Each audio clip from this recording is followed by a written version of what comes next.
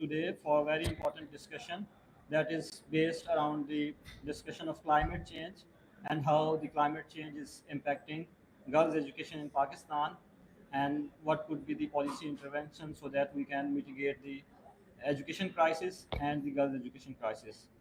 We have been listening a lot about climate uh, until today. So we are presenting a framework that Adil Najam has developed that framework that what happens when climate change, climate crisis hits the education crisis and what happened next and what are the next steps that we can uh, take to mitigate the education crisis as well as the climate crisis so that both the crises we can help resolve the problems of both crises through the education and few steps from the climate. So I'll start with the presentation of Dr. Adil Najam. He will present his framework. Then we will follow up with a panel discussion who will answer several questions around the framework. So if someone can play the presentation. Thank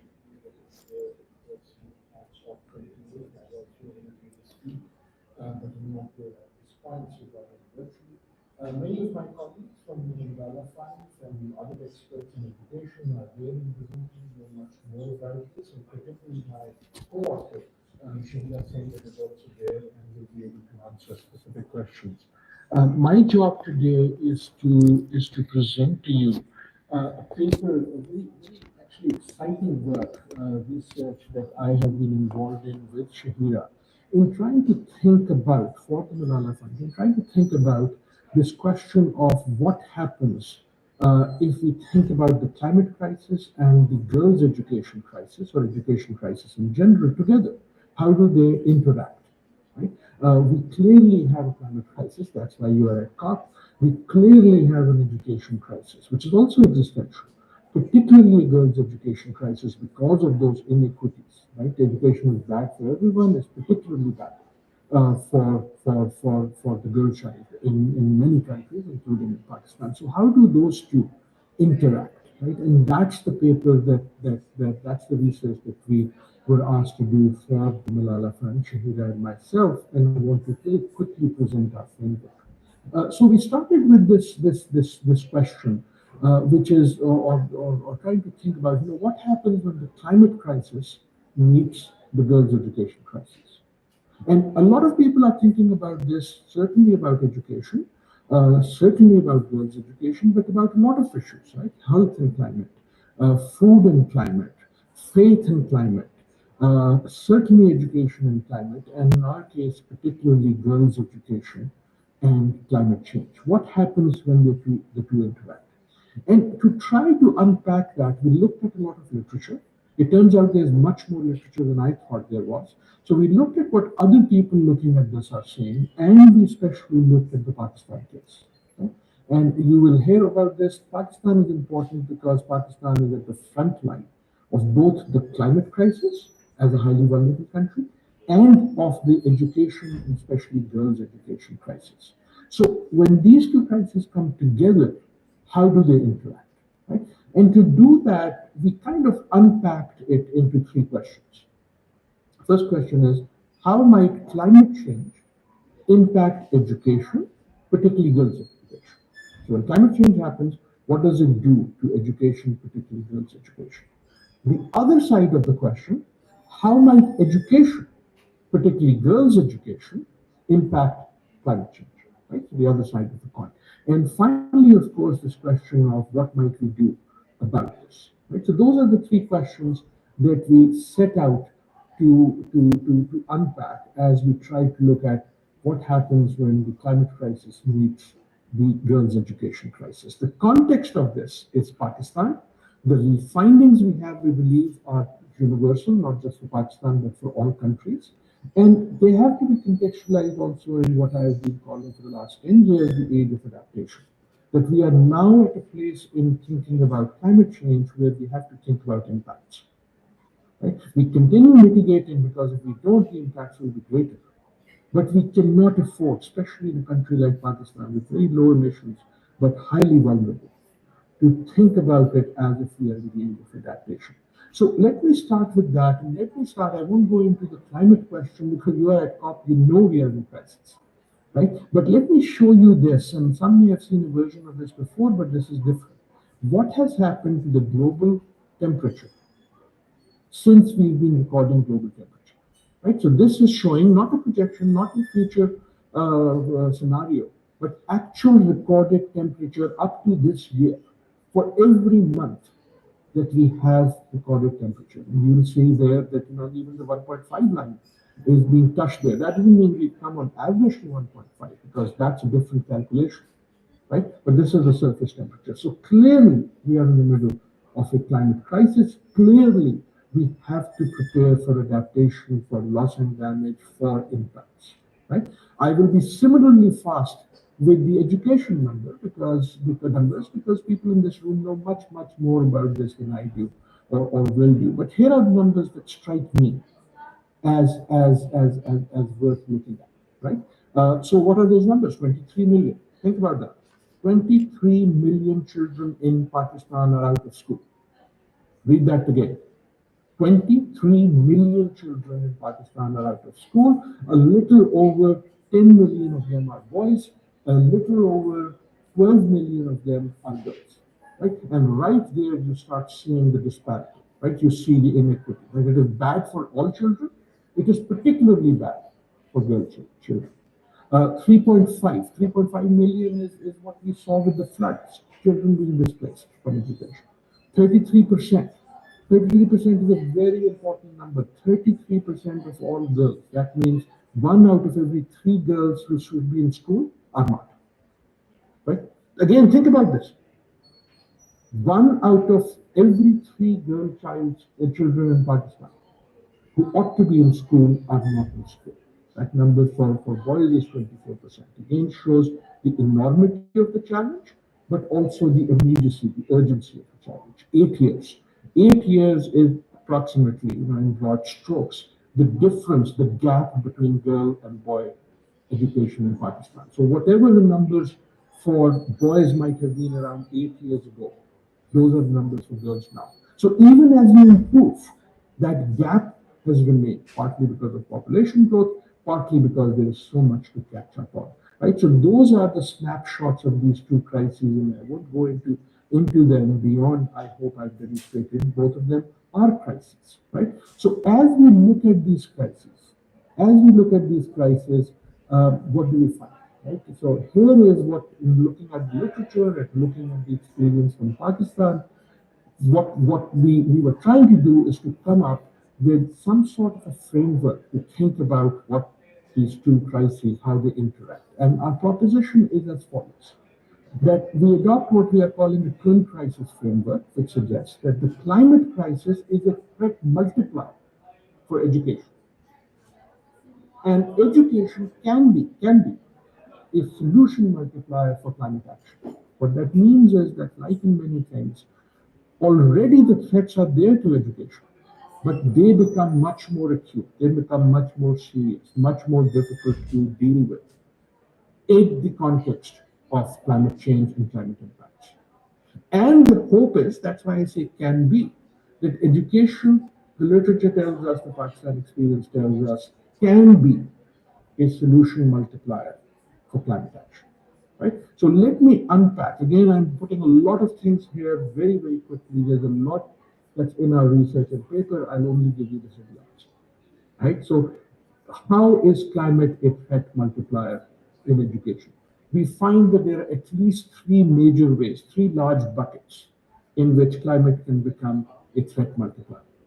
The first and obvious of them, and this comes in many shapes, many dimensions, the first and obvious of them is what we call learning loss. Right? We saw this in Pakistan in the 2022 floods very clearly. We saw that even before in the COVID era, that there's a learning loss for all students. There is particularly high learning loss for poor students, and within poor students, there is very high learning loss for the girl child. right? And the learning loss happens in many ways. I'm thinking about disasters, but it also happens beyond disasters. So in disasters, my school is no longer accessible. My home is no longer accessible, right? My home was swept away. I am told with family to move somewhere else to get out of the floods way, right? So that's a clear learning loss. I may, in the most extreme cases, and we have examples of this, girls who leave school because of a disaster can find it very difficult to come back to school. The economic apparatus isn't there. Home and livelihood of parents has been lost. The parents are scared. We see an increase in incidents of early marriage for girls. Not because parents don't love them, but because for parents, that may be a way of securing the future in light of this insecurity that has happened now because of a climatic disaster. So many ways of learning loss. Those are some, but there are others too. Learning loss, even if it is not a disaster, right?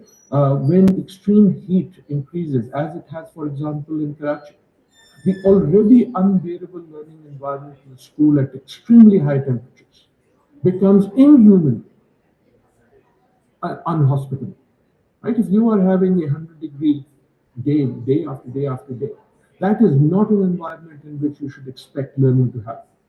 Right? So that learning loss, as we see climatic change on a regular basis, right? You can close the school for a day because of snow here in Boston or fog or smog in Lahore for a day or two. But now we're talking about climatic change becoming the norm. In that norm, the learning loss happens in many, many ways. Again, I've given just a few examples. Not just learning loss, but infrastructure loss. Right? One of the major points in this paper is that we need to think about education in a climate context, not just as curriculum, not just in what is being taught or who it is being taught to or who is teaching, but also as a large infrastructure place, right? Even in countries where there aren't enough schools, by far, like Pakistan, education is a large infrastructure play. There are thousands and thousands of schools. There are low roads that lead to schools. There are bathrooms or not in schools, right? So infrastructure becomes a major hurdle when it is lost. Is the school still standing because of climate after climate disaster? Is the road to the school still surfaceable? Right? These are very, very real things. What is the quality of the school left because of climate, its ability to deal with climate, its ability to deal with disaster, and so on and so forth. Again, lots here, just giving you the headline. The third is development loss. So just for the interest, in the interest of time, we would like to move forward this discussion through a panel discussion so that we can discuss more about the argument and the policy options here. So I would like to introduce my colleague, Lucia Fry, who is heading the policy and research at Malala Fund. So over to you. Thank you. Malala is always there for the girls, and we are here for the girls today. I'd like to start with a story about when I was little more than a girl myself. I spent 2 years, long ago, I'm no longer a girl, I spent 2 years in a school on the border between Namibia and Angola. Back then, the weather was already going weird. Floods, droughts, learners coming to school hungry, girls dropping out, and many other problems. Temperatures were soaring in the dry spell, leaving learners exhausted by the early afternoon and unable to study. It was a really challenging climatic context. The year was 1995, and global temperature rise above pre-industrial average was around 0.6 of 1 degree. Now it's 2023, and the global temperature rise is about double that above pre-industrial averages. I love to think of my time back in Namibia and the learners that I had there, but I sometimes wonder how the learners in that school, without aircon, without good transportation, are managing to study now when they are dealing with the effects of climate change coming at, 1.2 degrees above pre-industrial averages. And I really wonder how they will cope if temperature rises continue to 2 degrees or even higher. We're here today to talk, as Dr. Najam said, about education as climate change as a threat multiplier for girls' education. But I hope that Dr. Najam's co-author on the study will also be able to tell us about ways in which girls' education can be a solution multiplier for climate change. Let me now start by introducing my esteemed panel here today. Javed Ahmed Malik leads on future strategy, partnerships and operations in Pakistan as country director for Malala Funds program there. He formerly led the Punjab Education Sector Reforms Program at DFID, now FCDO, Pakistan. He works at the intersection of politics, markets, public policy, and media to develop new solutions and pathways. Madam Amara Nasim is a civil servant and currently working as Deputy Secretary for Ministry of the Federal Education and Professional Training in Pakistan. In her official capacity, she has worked on climate change, education, public policy, social research, and writing assignments with both public and private sector clients. Madam, you're very welcome here today. Thank you for joining us. Shayana Syed is the co-author of this great study with Dr. Najam. She's a policy communications specialist with decades-long experience of working in many different international development organizations. She's currently engaged with the World Bank and has previously worked for Malala Fund, Democracy Reporting International, Worldwide Fund for Nature, and the UN. And finally, last but by no means least, Mahnoor Rashid has recently graduated from the National Defense University. She's a climate activist and has been engaged in advocacy as part of YUNGO, which is the youth constituency for UNFCCC, and she contributed to the Global Youth Statement on Women, Gender and Adaptation, and she has also been awarded with the title of Best Delegate at the inaugural LCOY Pakistan and a delegate here today. Welcome them all. Thank you so much. I'm going to start with Shahira. Shahira, you're the co-author of this report. We heard a little bit there from Dr. Najam about the ways in which climate change is a threat multiplier for girls' education. I know you've also written about how education can be a solution multiplier.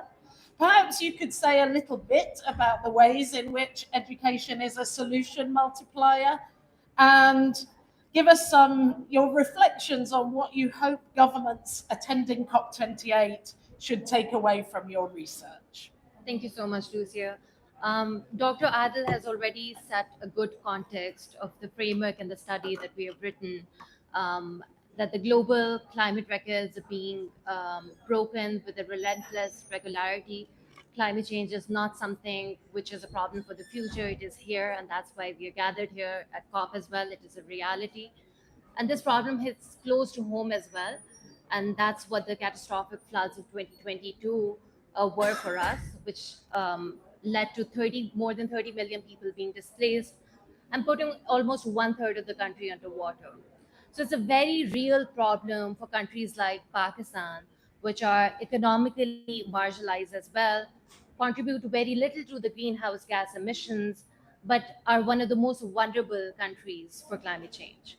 Dr. Adil talked about the kind of threat multiplier climate change is for education, and he talked about how there's an infrastructure loss whenever any climatic disaster happens, there's a development loss, and there is a learning loss as well. So corresponding to that, what we have done with this framework is that analyze literature and try to come up with ways on how education can be a solution for climate change. And this is the intersectionality that we are presenting in the framework as well. So number one is that education is crucial for a climate priority. It is a climate priority for us. We need to focus on education, and within education, we have to particularly focus on girls' education. If you want to deal with climate crises as a whole, without focusing on girls' education, we believe it will be incredibly difficult to do so. And the larger the gap is going to be between boys and girls' education, the more difficult and multifold the challenges are going to be. So, number one, just putting it out there is that we focus on education as a solution multiplier for climate. Now, Dr. Adil already talked about how infrastructure is the first hit whenever climate disaster strikes, and hence, corresponding to that, our solution or second recommendation is to the government, especially the Pakistani government, where the climate crisis is as integral, is to prioritize building green infrastructures. And when we talk about building green infrastructures, we are arguing that we focus particularly on green infrastructure for girls. So we build schools for girls. Um, uh, Basically, the argument really is that to build climate proofing of the buildings, and this could be done in retrofitting or building new infrastructures altogether. These infrastructures, why are we arguing that we should focus on this? Because they serve a lot of people. This is the primary mode of education. It will serve a lot of people. These will be simple buildings, and not only it will be beneficial for the climate overall, but also beneficial for education as well. And this is what Dr. Adil talked about as well, that if the temperature within the buildings is so high, then it's extremely difficult to have a conducive learning environment. And once we have these green infrastructures in place, then we can actually provide a learning environment which is conducive. So that's the second recommendation. And the third recommendation that we have clubbed together is basically for the people who are working within the education sector, and provide this as an education goal that we think about your mission partly being to create the next generation of climate managers. Because the reality of the situation is that our generation has basically failed to meet the target which are out there, and that has been the predominant discussion at COP here as well. So what we can do is basically provide the green skills, inculcate the green behavior, focus on green entrepreneurship, as well as leadership of girls so that they can actually work on transformation of the society in the years to come. Thank you. Fascinating, Shahira. Oh, thank you. Fascinating, Shahira. And I'm so glad you were able to fill in some of the optimistic and promising avenues from the research for us. I'm going to turn to Deputy Secretary Naseem now. Um, Madam Amara, your ministry was kind enough to host and participate in a number of roundtable discussions to inform this research. What did you take away from those dialogues, and how do you see your government responding to the recommendations? Yeah, already as we have heard, and as there are many people. Thank you, Lucia. I think now you can hear me. No? No. Do you want to come here? Yeah, Yeah, sure. it's easier. I'll ask you each because this one is Sure. working. Hello, hello. Yeah, flip the wire. You also need to As we people were hearing about the data, as many people were telling about the challenges, and same, I'm going to take an overview about the challenges.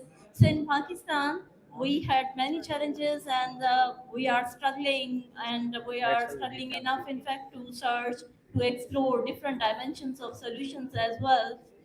For example, the country, which is having population of 223 million people, so of course there was much devastation during floods, especially in Sindh and the roundabout third part of our country. that was devastated due to the floods and due to the shortage of water. That was also a big, challenge for us. And people, they migrated from one place to another place. And meanwhile, there was rainfall, big rainfall. So there were many challenges. And as you know, that there is one Malala, but in fact there are many Malalas behind here in my country. And girls, especially, they are having many challenges, like mental well-being. That is the big challenge at the moment here in Pakistan, because the people who are not having, even they were hand-to-mouth people here in my country, and now they are also facing the same thing. But in fact, in addition, now there are many big challenges of mental well-being, because people, they were hand to mouth, one thing.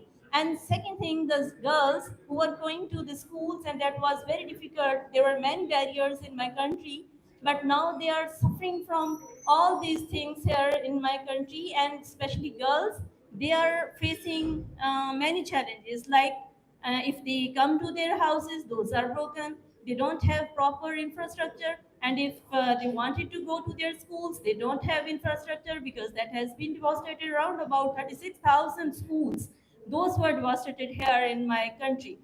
So that's why our Ministry of Education, that is struggling for all those girls who are suffering from all these things, not only girls, but in fact boys as well.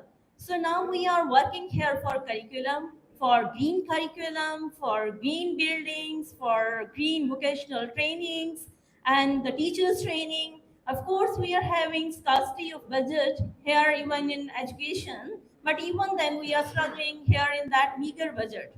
So in our country, if I go through the green curriculum, so we are having inclusion of all those things which are very beneficial for just to make our climate more green, and for Pakistan to be a more resilient, more green Pakistan. We are struggling for that.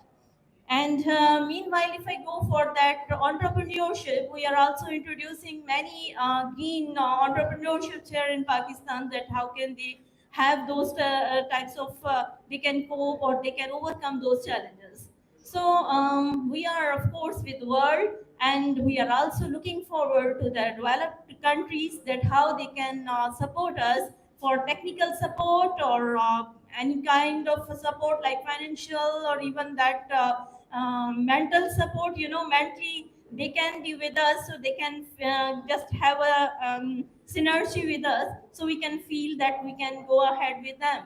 So Ministry of Education, that is keen observer, as well as that is doing much to overcome all these challenges. Thank you. Okay. In the interest of sharing the mic, I'll ask Madam Amara Nasim to answer my second question here. It's now working. Now working. Okay.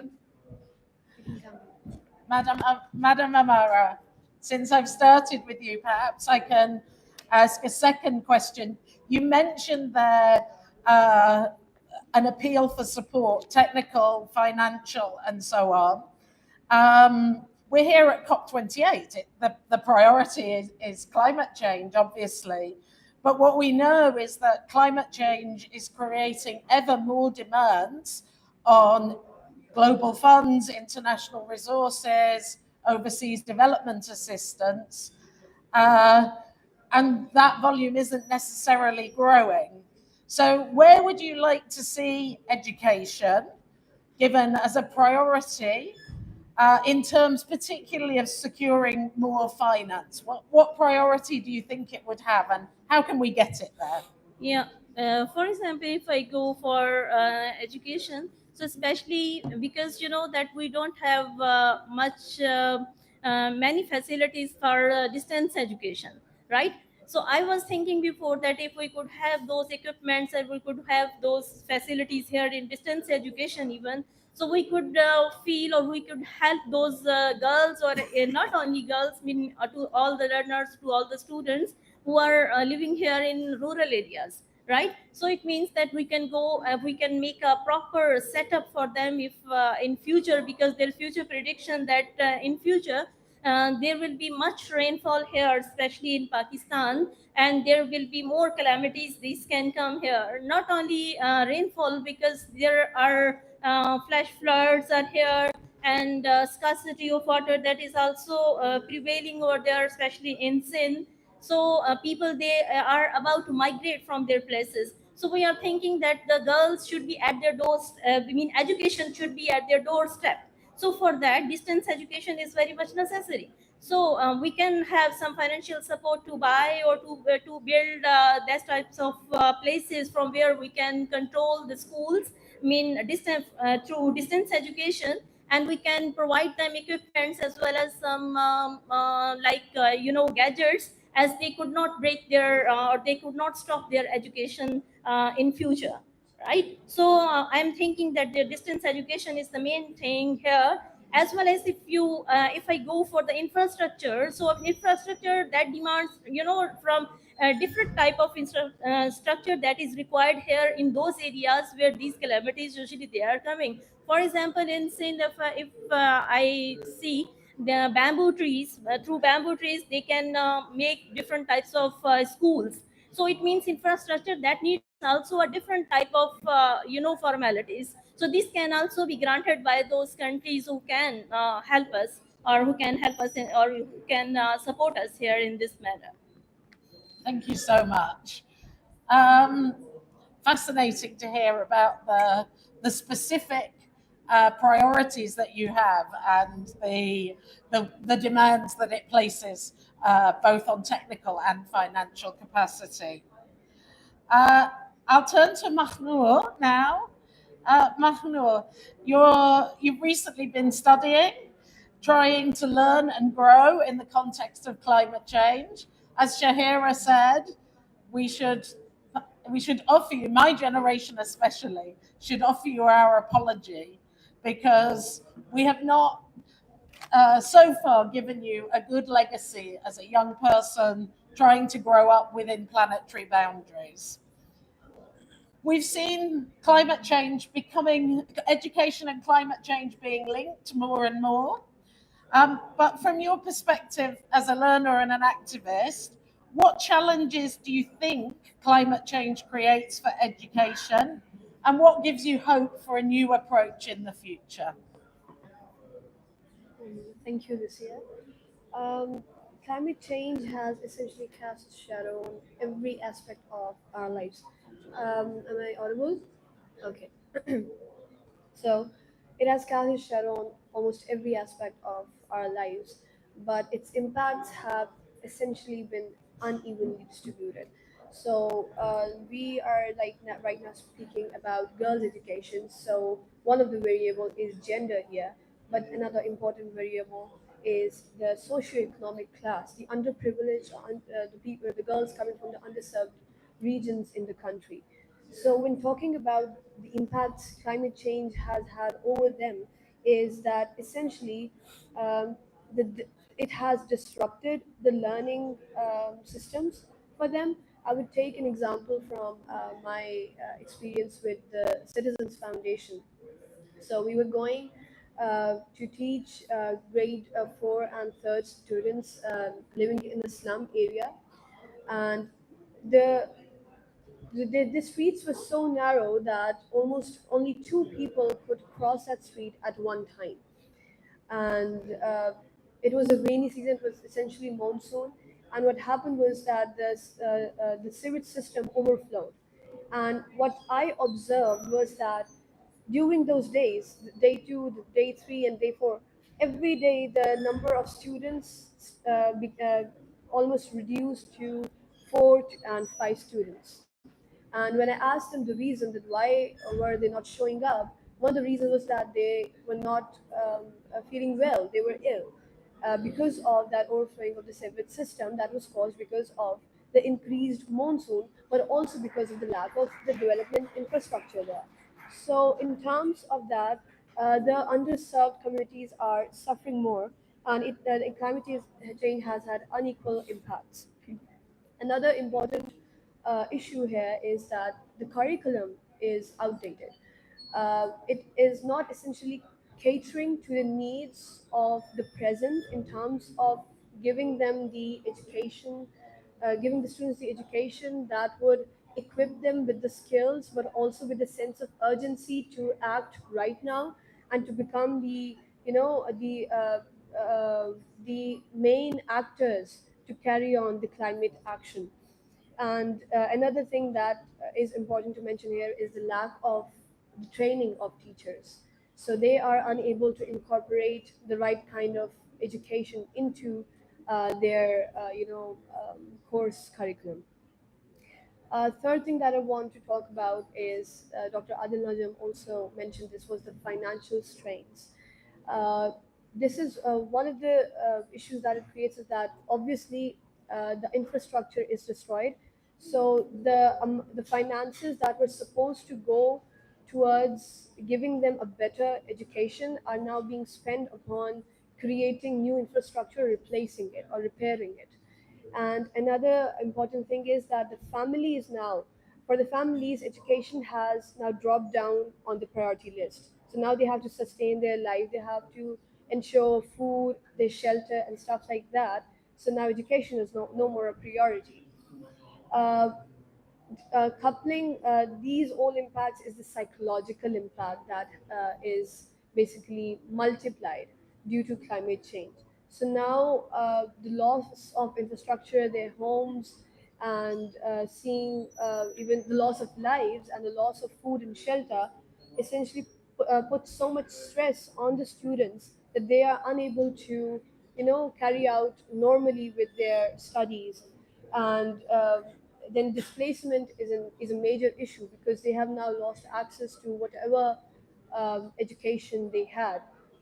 So now they are obviously, resorting to other means of sustaining their lives. Um, Climate change, unfortunately, is in some ways, to some extent, also aiding to strengthening the patriarchal structures. So what happens is that when a family gets displaced because of a climate disaster, uh, while they might have been giving access to education to their girls, but now when they have displaced due to the security reasons and obviously due to the conservative society that we are living in, the access of girls education has now become even more difficult. So this way it also strengthens those patriarchal structures. The hope that I have, well, being a part of Youngo and the Action for Climate Empowerment Group, we have recently been pushing for, getting finances on the table for climate education. Unfortunately, we did not succeed, but we are still pushing. So what I want to say here is that global collaboration is really important for the youth to basically, go beyond the barriers of the state, the boundaries, and connect with people all around the world and push for the change that they want to see. Another important factor here is that we youth have a better sense of urgency because we hold a stake in the present and in the future, and we are we not only represent ourselves, but we also represent the future generations. So if we are able to organize, mobilize, and fund this youth and their initiatives, I believe that this would be a huge turnaround and would aid in our climate action and our journey towards climate justice. Thank you. Thank you so much, Mahnoor. And I'm so happy that you finished on a hopeful note, even though you gave an eloquent account, really, of the ways in which climate change intensifies pre existing inequalities and adds some new ones to the mix. But you left us with a message of a hope, and you left us with a call for climate justice. I'm now going to turn to Javed. Multi-sectoral partnerships, collaborations of the kind that Mahnoor just referred to are really important. The study, as you've seen, really confirms what we probably knew from observation, the strong linkages between climate change and girls' education. Within those linkages, what do you see are the priority areas that civil society could focus on to solve education problems, and then hopefully with the onward effect of helping to solve climate change? Thank you very much. I think in Pakistan, civil society has been at the forefront of raising the game on environmental and climate change and debate. Dr. Abdul Qayyum is here. STPI since early 90s actually have been at the forefront of this battle. And I think education civil society is slightly late because the linkages were not very clear. And we who work in the education sector, we always thought this is just a periphery issue. This is just an issue which is not concerned with us. But now, um, for some time, and typically this Dr. Adil Najam's and Shahira's paper establishes that the linkages are far more actually clear. And therefore, it becomes our responsibility in the civil society to work at multiple levels. The first is, and since you're sitting in climate change ministry's pavilion, I'm very thankful to them for this opportunity. I think Pakistan last year played a crucial role in shaping as G77 leader to kind of initiate the concept of lost and damaged fund, which actually this year was approved. I think it's very important now for global civil society and for local civil society to really shape that, what it actually means to program that lost and damaged fund education sector. And that's actually fundamentally important, and the new ideas should come out. So therefore, there's a lot of kind of engagement is needed on creating new knowledge and new partnerships. That's the first thing. The second thing is I kept thinking about Adil's concept of solution multiplier of education. But if you want to be a solution multiplier, it actually in Pakistan, countries like Pakistan, Global South, I mean, just consider the implementation capacity of the state is extremely limited. I mean, in this floods alone, Lucia, Pakistan, the 22,000 schools were submerged in Sindh. And if you want to construct one school through government procurement system, it takes you 6 years. So when I met the Chief Minister Sindh Murad Ali Shah that time, I said that look, you won't be, you will lose a generation of children if you rely upon your own procurement system. You need to come up with new ways of kind of constructing school through private sector. What I want to say is that these solution multipliers won't become solutions unless you don't really pay good attention to prevailing system of governance, in which, for example, how the budgets are made and implemented and how the budget cycle, works. So that's the second thing, that the civil society, the think tanks, and the government, really sit together and realistically think that what we need to do to actually make it a reality in which, for example, the third message is that, and it's actually quite clear from the paper also, that you don't need kind of awfully high tech solutions to fight climate change in education. I mean, you are focusing on essentially learning poverty, you're focusing on making sure children could learn better. And you know that out of, for example, the total school year, you now have increasingly typically 3 to 4 months extremely hot in Sindh and South Punjab and Balochistan. So you don't have to start your day, learning day at 9 o'clock, right? At 8:30. You can actually, the sun rises at 5 o'clock. You can start it pretty early so that actually you have good chances of 4 to 5 hours good solid learning, as opposed to kind of, suddenly 10 o'clock onward becomes extremely warm. Even in April, May, in places like Rajanpur or in Dera Bukti, it becomes quite difficult to do that. So my point is, I mean, there should be a realism to it. I mean, this particular battle is ours. Loss and damage fund is only $300 to $400 million, and madam, the money won't be coming and flowing in. It would be important for us, the money which we have already could be spent well. And now that money, it would be important for CSOs, for private sector, for the government also to work together on this. The last thing I would say, that in terms of the discourse is widened now. For the last 20 years, education debate is limited to access, quality, and governance. The new dynamic now is, most of these countries like us, are environmentally fragile. You have disasters after every 2 years. You'll have kind of these disruptions, COVID, floods, earthquakes. The question now is how to make your education system resilient to these changes. I mean, there should be no surprises. It should be planning in advance. It should be kind of already an argument and a variable that how you would be able to respond to it. And by doing so, I mean that you need to work at school level, you need to work at district level, you need to work at the provincial level.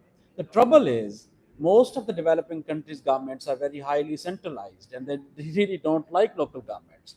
So unless you don't really bring that in, you won't have a fundamental shift in the way you want to manage services. So I'll just stop here by arguing that there are 3 to 4 key areas which actually civil society can pick up and really contribute with the government to actually respond to this challenge. Thank you. Thank you, Javed. Um, Shahira talked a little bit um, about the research that that she and Dr. Najam have undertaken and highlighted for us some of the propositions going forward. Um, However, this is a relatively new field. Do you see a need for more research? What research would you suggest academics, think tanks, uh, NGOs should pursue in terms of broadening the knowledge base for effective climate action within education? A two-word answer to that would be absolutely yes, because this is, like you said, a relatively new area. And echoing on what Javed said as well, that traditionally speaking, we're used to seeing climate at one side and education at the other. And these are usually considered to be silos. But from the Pakistan's experience, as well as developing countries like Pakistan, which are disproportionately affected by climate change, we are realizing how interconnected both of these two thematic areas are. And the reality of the situation is that you cannot talk about education, particularly girls' education, unless and until you also talk about climate.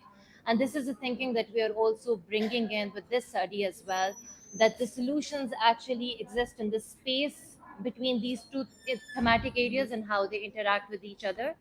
We have argued that they majorly interact in these three areas of infrastructure, development, and learning losses, as well as corresponding to this, these are the three solution multipliers. But these are not the only three ways that these two thematic areas interact. And this is perhaps where more research can come in. This is a preliminary framework. We have to add specificity to it, because without that, this wouldn't turn into concrete policy action. It would be just a theory, just a paper. And if you want to actually materialize that into policy actions for specific stakeholders, unless and until we do that, this would be one additional just framework which exists. So what does that look like when we're talking about green infrastructure, specifically in the context of Pakistan? Javas have talked about how difficult it is to actually establish an infrastructure in the first place, but we're not just talking about any infrastructure, but resilient infrastructure. So we don't have to keep on rebuilding them time and time again. Um, when you talk about green skills, what does that look like in a localized indigenous context for Pakistan? When we talk about behavior shift, what does that look like for us specifically? And I want to prefix that by saying that while these solutions that we are presenting targeted towards the Pakistani audience for the Pakistani government as well as other stakeholders, we have to take into consideration that this is not a Pakistani problem alone. This is truly a global and planetary problem to begin with. Um, the climate emissions of the global north are disproportionately more than the global south. So I also think that it is slightly, if not more, unjust if we bear the entire burden of fixing the climate crisis on girls who are in the rural areas in Sindh and Balochistan. It would be a very unjust argument. So while we say that we have to inculcate green behavior, green skills, promote activism like you were talking about, but at the same time, we have to creatively think about how to unlock the funds, like the Loss and Development Fund, which is recently created. How do we ensure that it trickles down to the people who are the most impacted, and not just gets lost in the bureaucratic hurdles that we know exist in the international financial institutions. And this is where I think more research would come in, where it is more directed towards specific recommendations for various policy actors, so that the framework that we are presenting actually amounts to concrete policy actions for all. Just Lucia, I mean, the Save the Children and Global Partner for Education yesterday launched a paper, actually, probably today, Rewired conference, that they are coming up with a framework in which you could actually do financing. And it's broadly, the papers are written separately, but broadly the argument, the line of argument is now more towards, as Shahida mentioned, how to approach the solution. So I think it's all coming up now. So I just wanted to mention because that's also a relevant paper, which in this particular study also launched. If I may just add, like one last point, I was just reading a report earlier. World Bank launched a recent report earlier this week, in which they did large amount of surveys on what do the citizens actually think about climate and how concerned they are. And the findings, as intuitive as they are, were that the more educated you are, the more concerned you are about the climate. But what I found interesting in that is that even if you're really concerned about the climate, it doesn't necessarily translate into climate green behavior. So I think this is the kind of like the other side of the argument and the spectrum that we have to focus on. That is not just the awareness raising campaigns, so people know what to do. Does that actually shift the behaviors of the people, not just like in the urban centers, but in the rural settings as well? And how do we bring about that behavioral shift? And like I said before, it starts with the global north, but the global south will also join in. Thank you. And I'm glad to see a strong red thread of justice and understanding the historical origins of the climate crisis and therefore uh, the respective responsibilities of different parts of the world. Back to Javed now. There's a question here, maybe you want to. Sorry? There was a question here. Ah, okay. I was just going to finish and take. Okay, all right. Do you want to ask your question now? Okay. Okay. With just one more question, I really, thought after that's, this. yeah. Javed, Shahira mentioned important ways in which the content and process of education can contribute to creating the conditions both for individual behavior change, but also green transformation, and indeed for fostering a spirit of activism and can-do-ness in young people. Your program has been working closely with the Education Ministry to promote STEAM education, and STEAM education is often cited as an important element in the building of green skills. Could you give us a bit of some takeaways from this research and whether you see it having any implications for the ways in which STEAM education should evolve and develop in an era of climate change? So STEAM education is a government program which is basically integrating science, technology, engineering, mathematics, and art in high schools. And Malala Fund with the Ministry of Federal Education, ma'am, is sitting here. We are running a policy unit inside the federal ministry, a policy unit inside in Karachi, in Sindh, with Sindh government, and with Gilgit-Baltistan, pretty quickly actually with Punjab as well. So I mean, our aim is that eventually impact the way science is taught in 13,000 public sector high schools across the country, typically focusing on girls because they should have new science aspirations and kind of leadership in science. So that's essentially gender and science and aspiring to be new leaders is part of this entire thing. So actually, to be honest with you, we were not deliberately thinking about environment and STEAM kind of linkages to begin with. It's just that with we sitting in the ministry now with this new emphasis, with the leadership already here, it will become possible now to start new conversations on how to actually work on some rapid gains. I mean, the intuitive thinking is, and Manur mentioned about the curriculum as well. But with due respect, I really don't agree that just curriculum is a starting point because curriculum takes roughly 3 to 5 years to kind of change the curriculum and another 8 years to kind of change into books, right? So it's really maybe 10 to 12 years.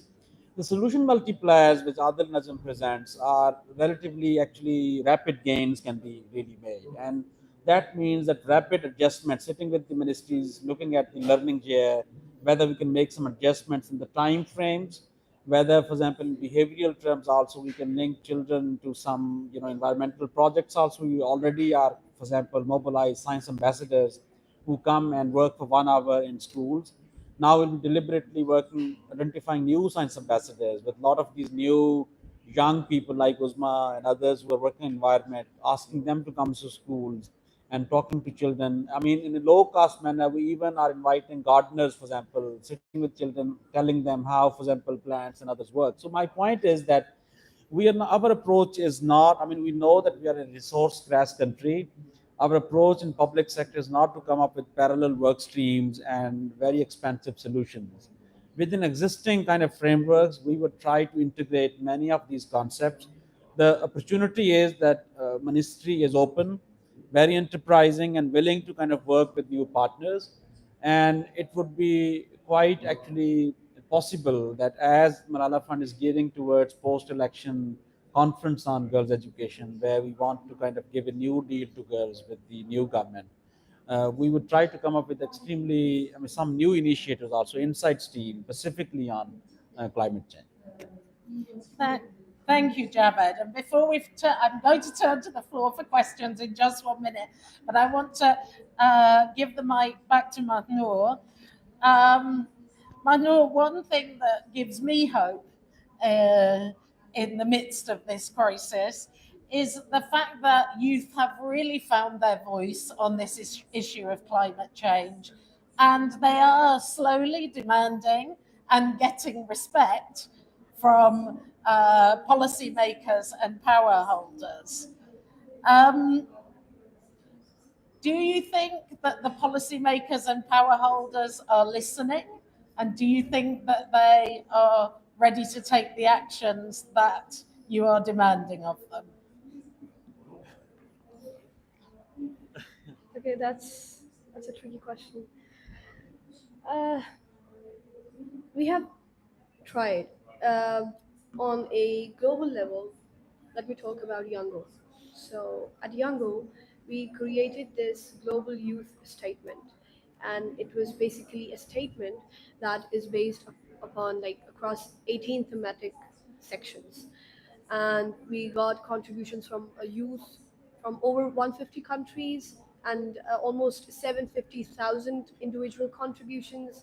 So it was a really rich uh, statement based upon the UN language sent to the country delegations, each country delegation that which they were supposed to be aware of and have read.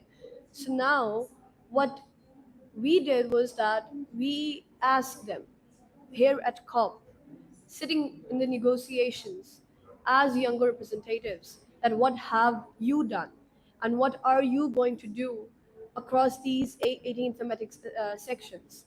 And if, for example, a country maybe is not aware of our demands, we can actually hold them accountable for it.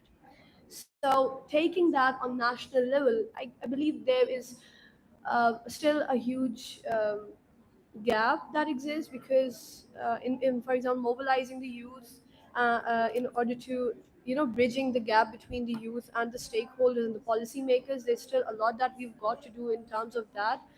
And if we are able to do it, for example, in terms of organizing policy discussions, consultations with the youth, we might be able to include more youth inclusive policies, and the youth might be able to hold the governments accountable for the commitments that they have made.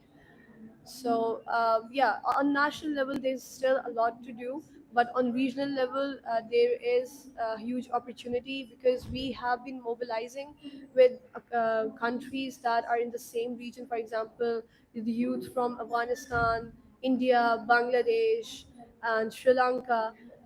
We, come together and design our demands and our policies, and also mobilize the youth in our countries.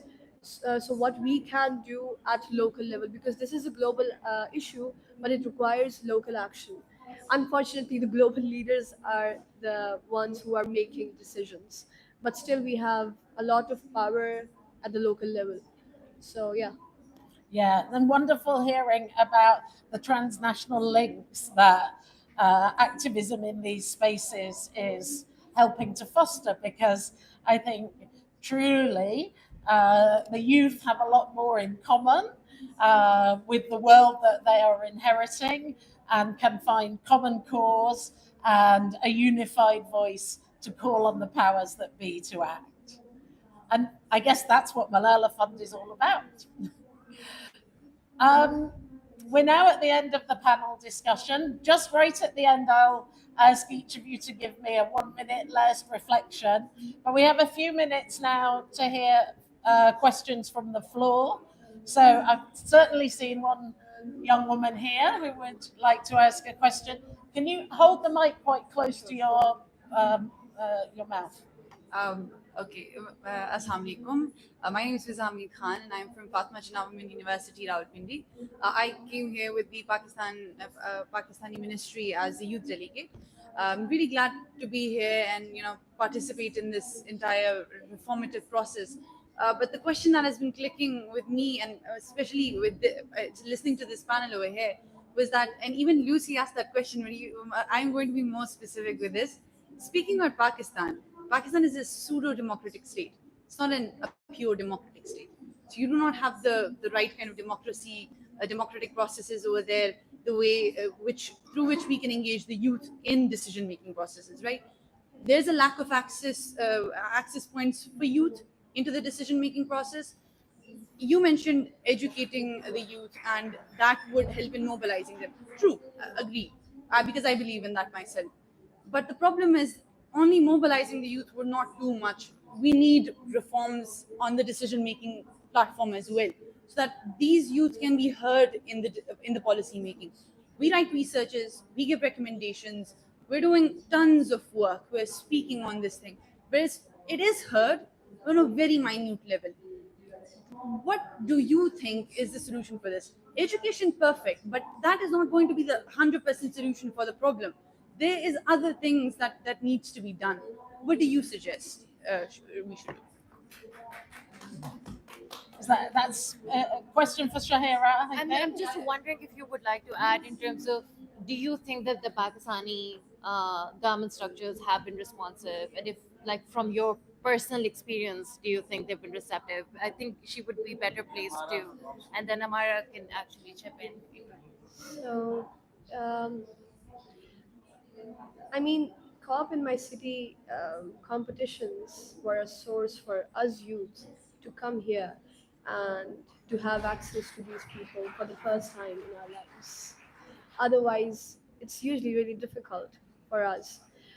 There's a long way to go.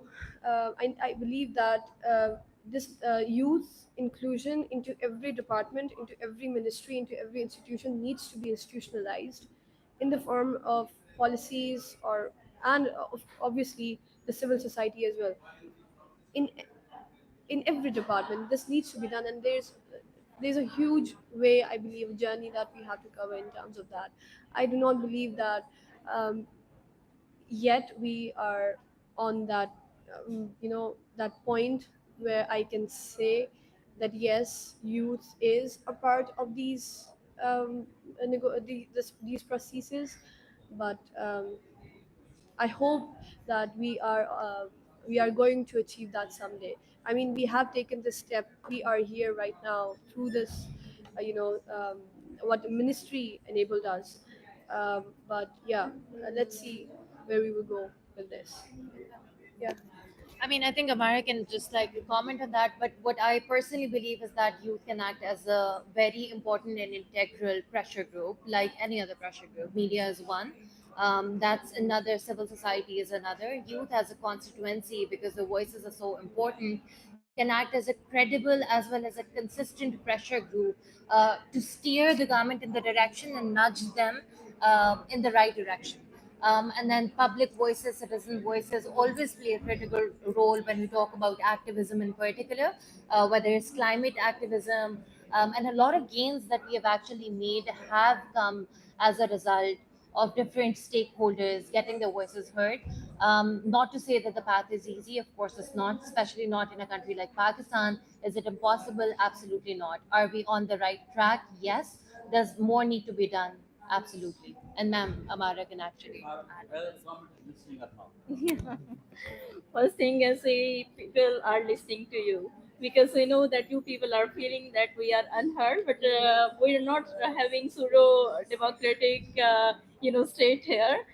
In fact, you know that before this there was ban on students' union, right?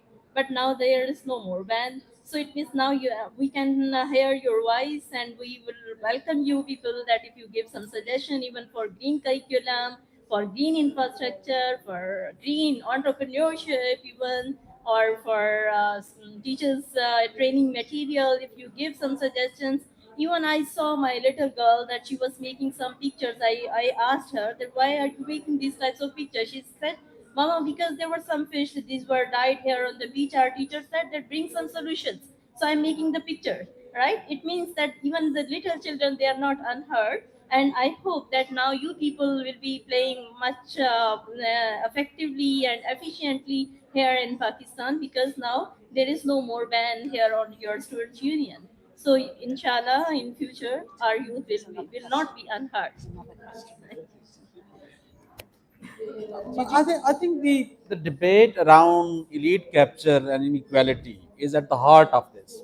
I mean, what Ms. Khan is saying. I mean, Pakistan recently, this book by Rosita Armitage on Pakistan 1%, which actually the entire democracy, the entire entrepreneurship, entire activism even happens in that 1% clique, right? So I think it's actually quite important for us to listen young people who actually are questioning essentially the power structures that they are not heard.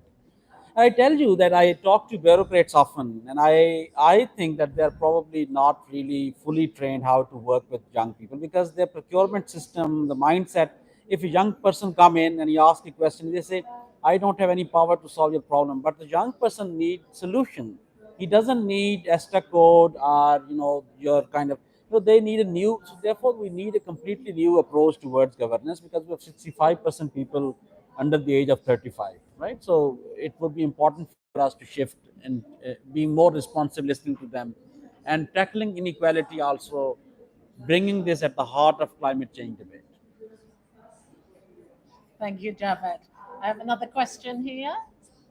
Okay, Phil, bring the mic for you.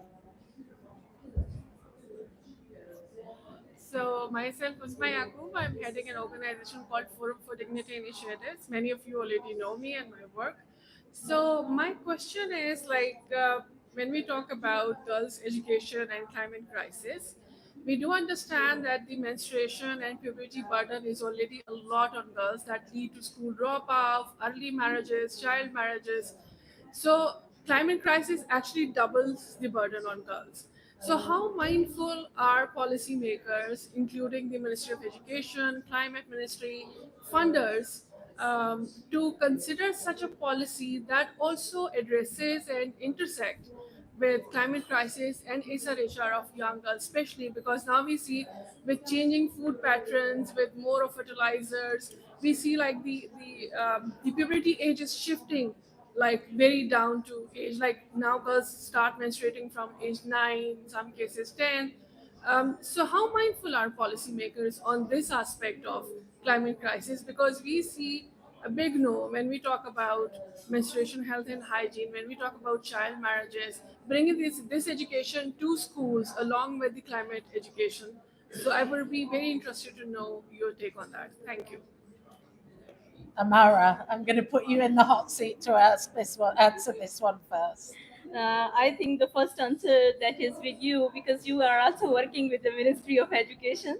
So it means now that we are here on that platform where we are taking help or support from you guys, right? And as well as there is mental well-being for the girls and the foundational learning hub we have established. So this is also, that is the part of it. That is the component of it that we are going to conduct many awareness sessions, as well as some as you are talking about different things, sanitation or the requirements regarding early puberty or these types of things with especially girls. So these are also to be handled here in the foundational learning hub, because that is the base, right, where we are conducting many different awareness sessions, and as well as we are providing different videos, and through different videos as well as different sessions, we are making them aware that what they have to do and how they have to do. And teachers especially, they are trained now, and we are also conducting more sessions to train the teachers that where they have to aware the girls here in early age, that what they have to do. And especially, this is we are living here in Islamabad, and after 18th amendment, I mean the provincial government, that is solely that is responsible for their education. But even then, here in Sindh, we have conducted some awareness sessions, especially in rural areas where the girls were facing different problems after flood and after COVID, even because there were different types of challenges among girls. And while that you are also supporting us for this special struggle, right? So it means that we are also adding different things in our curriculum. As Javed Sab, he was talking about that the curriculum usually that takes too much time, like 7 8 years. But we have taken a short type of an initiative, and that is what that we are providing them some supplementary material. And that supplementary material is the addition where they get information instantly here about all these things which are the recent challenges which they are facing, right? So we are also adding some supplementary material for them with their textbooks, right? As well as we are also giving them I mean the teachers, they are also to be trained now, and they are getting training here on the same path about which we are talking, right? So it means that we are taking some initiatives as you are asking, and you are the live support and the live example that you are supporting Ministry of Education. Anybody else want to come in with an additional observation on that one? I've got one more question here, and then that will be our last question, and we'll close from there. Thank you, sir. Hello, Assalamu alaikum. I'm Mehtab Kamal from extreme north of Pakistan, Gilgit Baltistan. Okay, as you all talked about making the climate struggle inclusive, including gender and girls there more prominently. Okay, here I am witnessing one of the regions of Gilgit Baltistan, where it's composed of two districts, where girls are trapped in a house, even they are unable to go to their schools or colleges. They are trapped in social complexities. So how we can expect them to think out of box and come here with to work for a global issue like climate change? How what are the what this Malala Fund and other ministries have done yet to them, and probably this may be happening in other part of the country and whole in the global south as well. So what the Ministry of Climate Change or the these whole organization have done yet, and what you are going to do in the future? Thank you very much.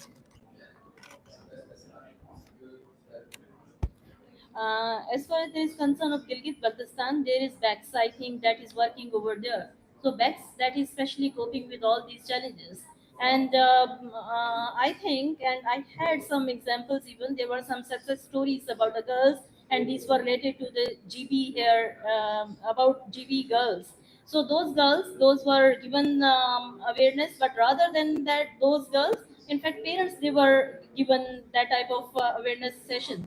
And out of school children, and look at the success stories here in that chapter. So that is the live example, even that BEX, they have done a lot here in Gilgit Baltistan. And that's why even I can see that the literacy rate of Gilgit Baltistan, especially in Skardu, I think that is 100%. So it means Hunza, right? Hunza. So it means still there are of course some gaps. There are some areas here in GB where we have to work, and our BEX, these types of I think institutions, they are doing very well here in GB, right? But of course, inshallah, in future, this is the start, and this is the start, and we have to go ahead with all these policies which you are talking about, and inshallah, we will be doing our work. Yeah, no, no, I mean, we Gilgit-Baltistan, we were also part of the Wani Sahib, who was the chief secretary. His kind of drive to promote education, we supported in the career festival. We also are providing support to kind of policy support to a range of initiatives in Gilgit-Baltistan, and we want to sustain that. Malala Fund, generally, I mean, we are a small player, but we want to be helpful and we want to become kind of, that an intermediary between government and the young people, and trying to kind of help you to promote your voices. And whatever programs we have, it have a very strong youth orientation. And very happy to brief you after the event, provide you my contact, ask my staff to meet you or myself meet you. So we're always happy to see you. Any final words from our other two panelists? If you can give us 30 seconds of your any key takeaways from the session, any calls to action for our audience here today. I don't know if it'll be 30 seconds, but I'll try to be brief. I think the gist of the argument that we are making in this study and the framework that we are presenting is really how crises actually feed off on each other, how they multiply each other. And we're truly living in this age of adaptation. And we cannot talk about one crisis without the other. And this is particularly relevant when you talk about climate change and girls' education. If we want to improve girls' education, we have to and we must talk about climate.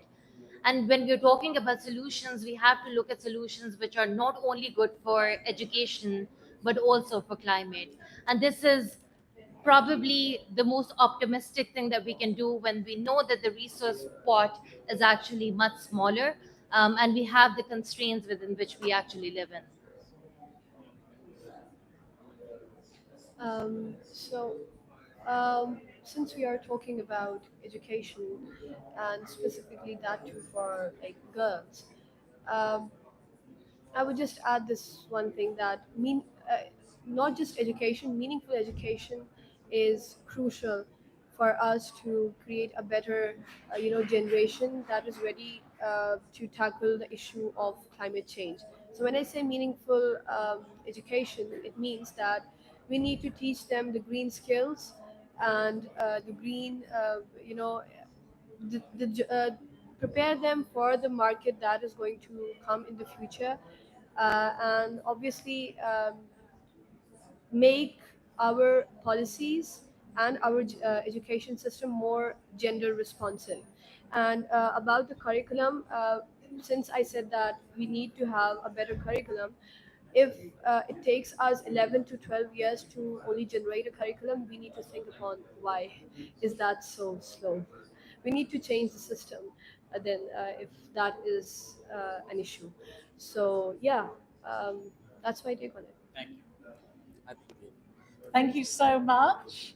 That concludes our panel discussion there. I love the ending with a call for urgency and getting on with it. If there's a final thought I'd like to leave you with, it's that we've heard a lot here today about the impacts on girls, about the multiplier effect of climate change on pre-existing inequalities and the new ones that it creates. We've also heard about some of the solutions, especially solutions that girls and youth can lead themselves. But what I want us all to remember as we go about our deliberations today is that ultimately girls just deserve to be girls. They deserve to play, they deserve to learn, they deserve to spend time with their families, they deserve to make friendships, and they deserve to thrive. So let's be careful not to put them in a pocket of victim or a pocket of savior, but remember that all of our actions, all of our recommendations should be done with the goal of allowing girls to just be girls. And I just wanted to also thank the Ministry of Environment for providing us space to talk here. They've done a lot of work in past few days. It's not easy. Thank you for being accessible and so helpful.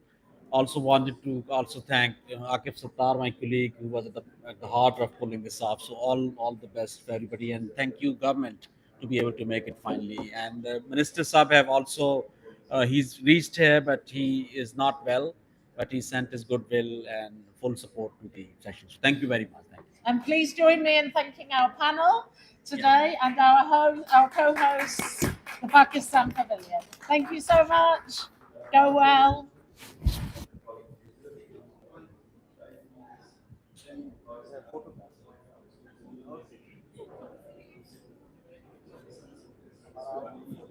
Sorry? Oh, photo.